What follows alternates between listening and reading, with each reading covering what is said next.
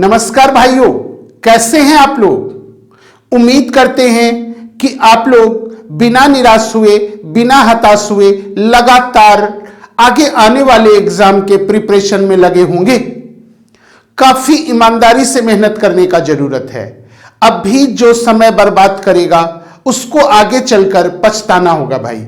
और इसीलिए हम भी आप लोगों के साथ लगातार मेहनत करने का प्रयास कर रहे हैं। कुछ न कुछ प्रतिदिन आप लोग के लिए कर रहे हैं और उम्मीद है कि आपके लिए ये बेहतर होगा।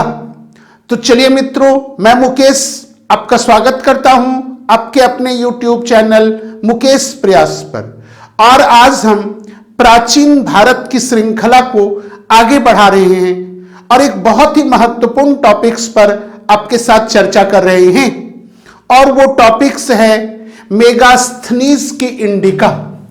टॉपिक्स का नाम क्या है भाई? मेगास्थनीज की इंडिका। मेगास्थनीज की इंडिका ये काफी महत्वपूर्ण टॉपिक्स है और ये मौर्य काल के इतिहास को जानने का बहुत ही महत्वपूर्ण स्रोत है। तो सबसे पहले हम लोग जानते हैं कि मेगास्थनीज कौन थे। तो मेगास्थनीज जो हैं वो सेल्यूकस के दूत थे। सेल्यूकस के दूत थे, क्लियर है। सेल्यूकस यूनानी राजा, यूनानी राजा, क्लियर है। तो सेल्यूकस के दूत थे कौन? मेगास्थनीज। किसके दरबार में आए थे? तो आंसर होगा चंद्रगुप्त मौर्य के दरबार में। चंद्रगुप्त मौर्य के दरबार में भाई, क्लियर है। किनके दरबार में? चंद्रगुप्त मौर्य के दरबार में आए थे। किनके दूत बनकर? सेल्यूकस के दूत बनकर, क्लियर है। तो मेगास्थनीज के बारे में पता रखना चाहिए हम लोगों को। अब है एक क्वेश्चन पूछता है कि मेगास्थनीज सेल्यूकस के दरबार में कब से कब तक रहा था। तो आप लोग को याद रखना है 304 ईसा पूर्व से 299 ईसा पूर्व तक। 304 ईसा पूर्व से 299 ईसा पूर्व तक मेगास्थनीज चंद्रगुप्त मौर्य के दरबार में रहे थे। तो अगर आप लोग से क्वेश्चन पूछा जाए कब से कब तक दरबार में रहे थे, क्या इस क्वेश्चन को कर पाएंगे आप भाई? तो बिल्कुल कर पाएंगे। नेक्स्ट क्वेश्चन देखते हैं। अब है क्या कि ये जो इंडिका है ये यात्रा वृतांत है। क्या है भाई? यात्रा वृतांत है। किसका? तो मेगास्थनीज का। तो इंडिका यात्रा वृतांत है मेगास्थनीज का, क्लियर है। लेकिन एक क्वेश्चन यहीं पर देखना है कि ये इंडिका जो है इसकी मूल प्रति उपलब्ध नहीं है। वर्तमान में इसकी मूल प्रति उपलब्ध नहीं है। तो ये फिर किस रूप में हमारे सामने है? प्रश्न तो ये है। अब तो एक व्यक्ति हैं, एक बहुत ही बड़े विद्वान हैं, डॉक्टर स्वानबेग। क्या नाम है उनका भाई? डॉक्टर स्वानबेग। याद रखिएगा, डॉक्टर स्वानबेग। क्या नाम है भाई? डॉक्टर स्वानबेग। इन्होंने 1846 ईस्वी में, 1846 ईस्वी में, याद रखना है और समझना है। डॉक्टर स्वानबेग ने 1846 ईस्वी में यूनानी जितने भी लेखक थे उन्होंने अपने पुस्तक में मेगास्थनीज के इंडिका का जो उद्धरण प्रस्तुत किया था। बात समझे?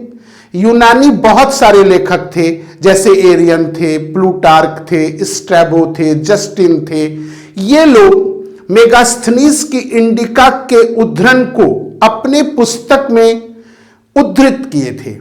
उन सबको संकलित करके डॉक्टर स्वानबेग ने इंडिका को प्रकाशित करवाया 1846 में। कब प्रकाशित करवाया भाई? 1846 में।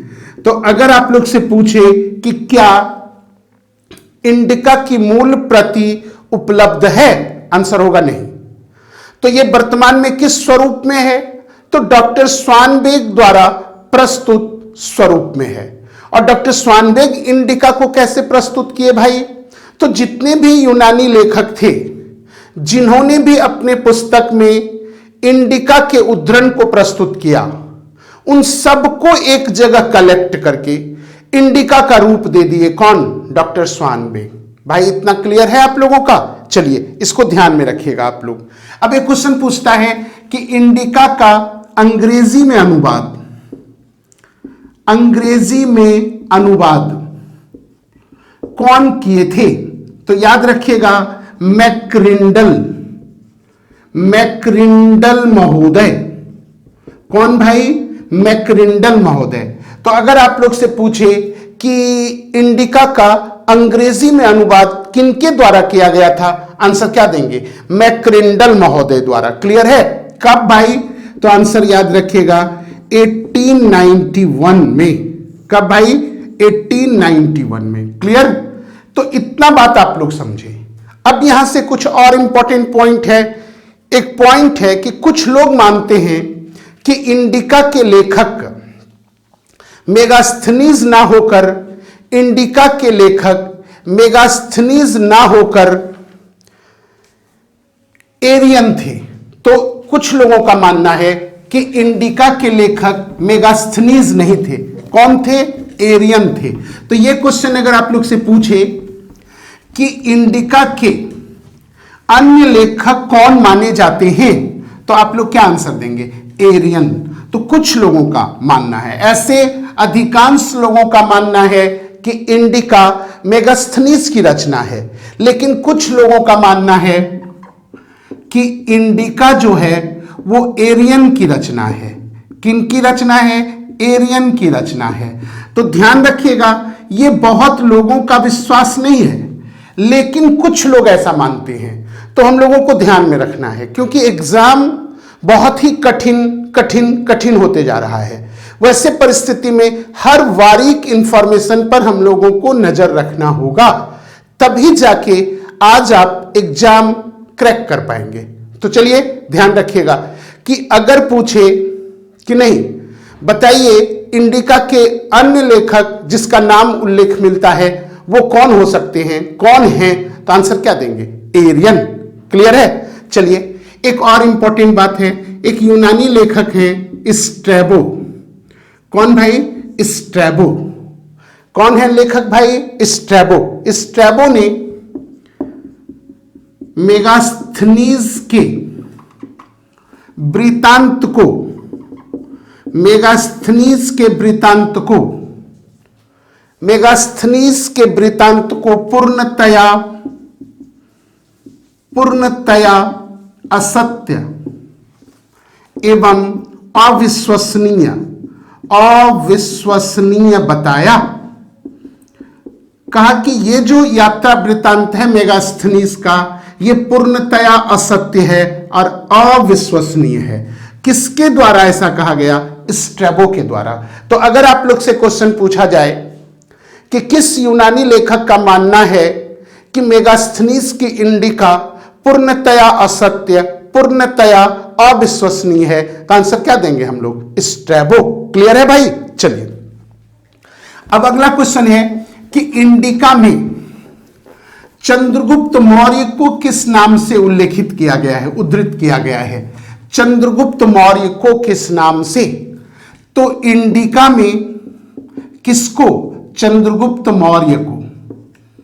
चंद्रगुप्त मौर्य को किस नाम से उद्धृत किया गया है, उल्लेखित किया गया है? आंसर होगा सेंड्रोकोटस। क्या आंसर होगा भाई? सेंड्रोकोटस। तो चंद्रगुप्त मौर्य को इंडिका में क्या कहा गया है? अगर आप लोग से क्वेश्चन पूछे, आप लोग क्या जवाब देंगे? आंसर क्या देंगे भाई? तो आंसर हम लोगों का होगा सेंड्रोकोटस। क्लियर है? चलिए ध्यान दीजिएगा, इंडिका से हम लोगों को किस किस चीज की जानकारी प्राप्त होती है? तो सबसे इंपॉर्टेंट है जो बार बार आप लोग से पूछता है, मौर्य काल के नगर प्रशासन का, मौर्य काल के नगर प्रशासन का उल्लेख मिलता है। तो मौर्य काल के नगर प्रशासन को समझने का, जानने का सबसे महत्वपूर्ण स्रोत कौन है? यही क्वेश्चन बार बार हम लोगों को एग्जाम में पूछा जाता है। तो बताइए भाई, इस क्वेश्चन का आंसर अब क्या देंगे? इंडिका। क्लियर है? आइए अब क्वेश्चन पूछ सकता है, पाटलिपुत्र के प्रशासन का उल्लेख किस ग्रंथ में मिलता है? आप लोग का आंसर क्या होगा? इंडिका। अब क्वेश्चन इस तरह से भी पूछ सकता है, मौर्यों की राजधानी के प्रशासनिक वर्णन किस ग्रंथ में मिलते हैं? आंसर क्या होगा? इंडिका। नगर प्रशासन, इंडिका। क्लियर है? पाटलिपुत्र प्रशासन, इंडिका। चलिए अब एक क्वेश्चन और ध्यान दीजिएगा, पाटलिपुत्र को इंडिका में क्या कहा गया है? पोलीब्रोथा। क्या कहा गया है? पोलीब्रोथा। यह भी क्वेश्चन कई बार आप लोग को एग्जाम में आया हुआ है कि इंडिका में पाटलिपुत्र को किस नाम से लिखा गया है, उल्लेखित किया गया है? आंसर क्या देंगे हम लोग? पोलीब्रोथा। क्लियर है? चलिए दूसरा, मौर्य सैन्य प्रशासन का उल्लेख। मौर्य सैन्य प्रशासन का भी उल्लेख इंडिका से प्राप्त होता है। किससे भाई? इंडिका से प्राप्त होता है। चलिए राजस्व प्रशासन, और किसके बारे में भाई? राजस्व प्रशासन के विषय में। और याद रखिएगा, इंडिका के अनुसार जो मौर्य काल का राजस्व का दर था वो कितना था? तो 1/4 भाग, जबकि कौटिल्य के अर्थशास्त्र में राजस्व का दर था 1/6 भाग। लेकिन इंडिका में राजस्व का दर क्या उल्लेखित किया गया है? आप लोग क्या बोलेंगे? 1/4 भाग। तो अगर पूछा जाए कि इंडिका में राजस्व का दर क्या बताया गया है, हम लोग क्या बोलेंगे? 1/4। क्लियर है? चलिए एक बहुत ही महत्वपूर्ण क्वेश्चन है, वह है उत्तरापथ। मौर्य काल का जो सबसे प्रसिद्ध सड़क मार्ग था उसको क्या कहते थे? उत्तरापथ। और वो कहां से कहां तक जाती थी? तो आंसर होगा सिंध से। कहां से भाई? सिंध से बंगाल के सोनार गांव तक। और इस सड़क का निर्माण कौन करवाए थे? चंद्रगुप्त मौर्य। याद रखना है आप लोग को, चंद्रगुप्त मौर्य। और उत्तरापथ का उल्लेख कहां मिलता है? इंडिका में। क्लियर है? तो अगर आपको आज के बाद पूछे कि बताइए भाई उत्तरापथ का उल्लेख कहां मिलता है? इंडिका में। कहां से कहां जाती है? आंसर होगा सिंध से सोनार गांव तक।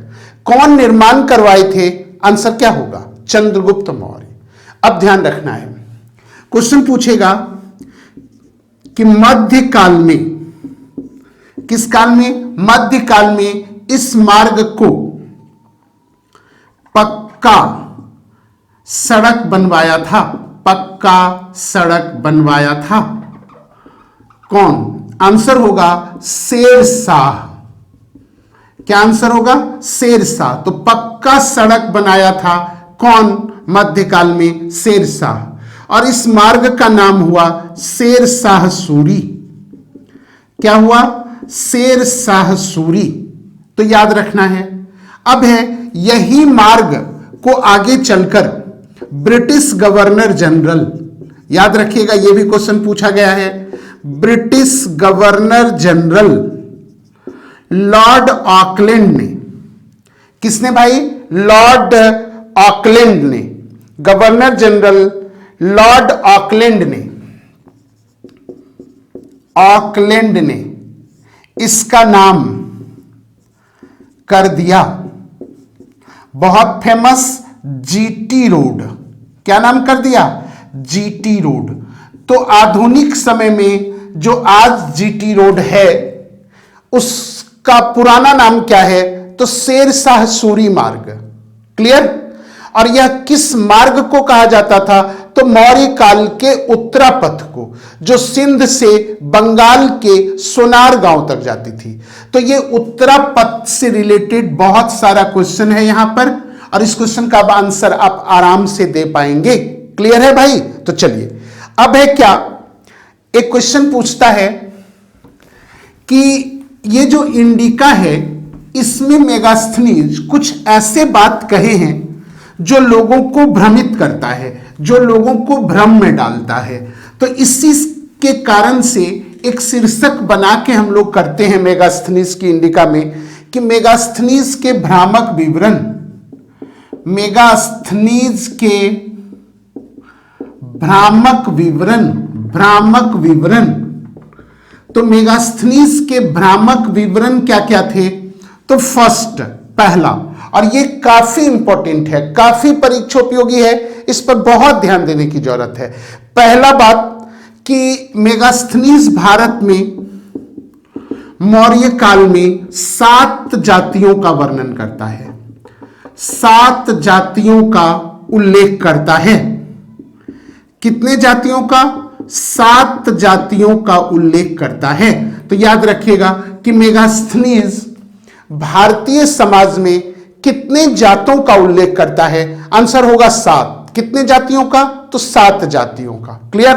अब है कौन कौन, और इसका क्रम भी याद रखेंगे आप लोग, क्रम भी पूछता है। फर्स्ट है दार्शनिक। फर्स्ट कौन है भाई? दार्शनिक। दूसरा किसान, तीसरा अहिर या ग्वाले, चौथा कारीगर या शिल्पी, कारीगर या शिल्पी। फर्स्ट क्या हुआ? दार्शनिक। सेकंड भाई किसान, थर्ड भाई अहिर या ग्वाले, और 4 कारीगर या शिल्पी। चलिए, पांचवा है सैनिक। क्लियर? छठा है निरीक्षक, और 7वां है सभासद। तो मेगास्थनीज कहते हैं कि भारतीय समाज मौर्य काल में 7 जातियों में बटा हुआ था।